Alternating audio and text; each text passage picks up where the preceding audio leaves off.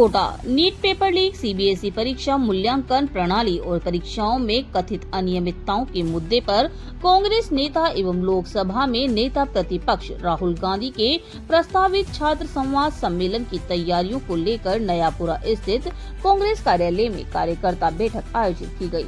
बैठक को संबोधित करते हुए प्रदेश कांग्रेस अध्यक्ष गोविंद सिंह डोटासरा ने केंद्र सरकार पर निशाना साधते हुए कहा कि पिछले 12 वर्षों से छात्रों के भविष्य और सपनों के साथ खिलवाड़ किया जा रहा है।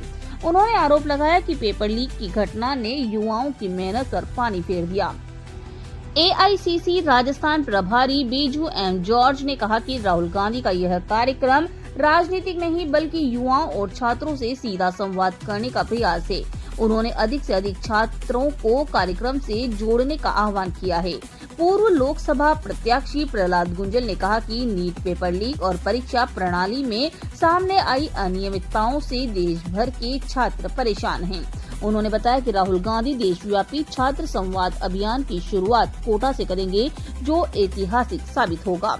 पूर्व मंत्री अशोक चांदना ने कहा कि राहुल गांधी युवाओं की आवाज बनकर उनके हक की लड़ाई लड़ रहे हैं और हाड़ौती के नेताओं पर उनका पूरा भरोसा है। बैठक में कांग्रेस नेताओं ने आरोप लगाया कि राहुल गांधी के कार्यक्रम से भाजपा सरकार असहज है और छात्रों को कार्यक्रम में आने से रोकने के प्रयास किए जा रहे हैं। इसके बावजूद उन्हें सम्मेलन को ऐतिहासिक बनाने का भी दावा किया। बैठक में कोटा बूंदी प्रभारी पुष्पेंद्र भारद्वाज, युवा कांग्रेस प्रदेश अध्यक्ष यशवीर सूरा, शहर अध्यक्ष राखी गौतम, देहात अध्यक्ष भानु प्रताप सिंह सहित बड़ी संख्या में कांग्रेस पदाधिकारी मौजूद रहे। इसकी जिम्मेदारी लेने के लिए तैयार नहीं हो। आपने पिछले दिनों एक छोटी सी घटना देखी होगी। कांग्रेस जनता पार्टी, ये हिंदुस्तान के पास इस बात की कल्पना होनी चाहिए कि कोई कांग्रेस जनता पार्टी का संस्थापक सदस्य सोशल मीडिया प्लेटफॉर्म पे एक पार्टी गठित करता, कोई राजनीतिक दल नहीं, कोई राजनीतिक विचारधारा नहीं, कोई एजेंडा नहीं, केवल उसने मौजूदा हालातों में हिंदुस्तान के नौजवान के दर्द के साथ अपने आप को जोड़ने का प्रयास किया और एक सप्ताह के कम समय में करोड़ की तादाद से ज्यादा लोग उसके साथ जुड़कर खड़े हुए। भारतीय जनता पार्टी के सोशल मीडिया हैंडल पर जितने लोग नहीं जुड़े होंगे फॉलोअर्स, उससे ज्यादा एक सप्ताह में कांग्रेस जनता पार्टी के साथ जुड़े। यह कोई इस मुल्क में सोशल मीडिया का काम करने वाले नौजवानों का कोई मसलापन नहीं था। यह आपके और हमारे पास और इस हिंदुस्तान के पास इस बात की कल्पना होनी चाहिए कि ये देश के नौजवान के मन में इस व्यवस्था के खिलाफ लावा पकड़ा है, लावा। और अगर इस लावे को, इस गुस्से को ठीक तरीके से दिशा नहीं दी गई, उसकी भावना को नहीं समझा गया, कभी भी वो लावा ज्वालामुखी बनकर फूट जाए। यह हालात देश के नौजवान के मन में गुस्सा, और आज उसी गुस्से को न्यायोचित आकार देने के लिए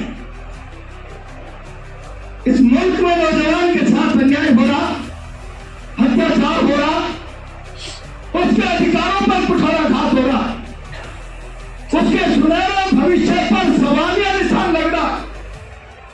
और जब किसी नौजवान के भविष्य पर सुनहरा भविष्य पर सवालिया निशान लगता है और कोई आत्महत्या के रास्ते पर चला जाता है तो राष्ट्रीय संपदा का नुकसान होता है।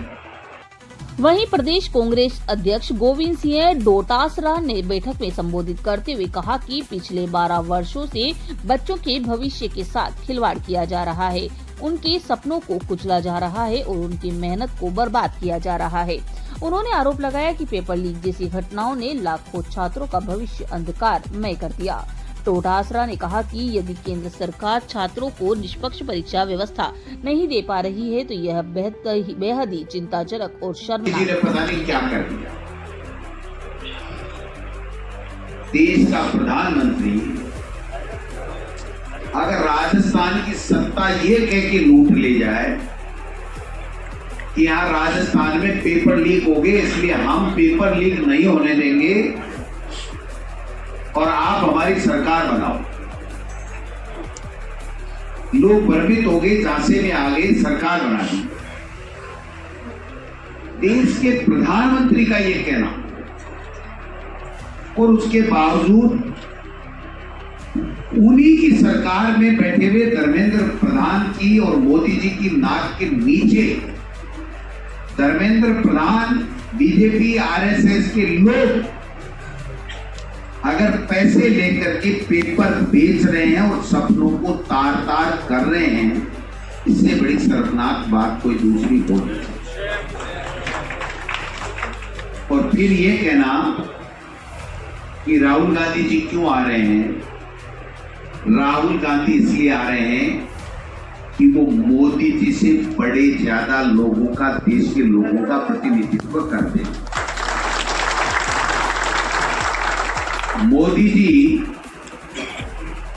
545 में से 240 सीटों के मालिक ही हैं। तो वोट प्रतिशत में अगर देखा जाए तो लगभग 60, 62, 65% के नुमाइंदगी करने वाले, उनकी आवाज को ताकत देने वाला नेता राहुल गांधी नेता प्रतिपक्ष।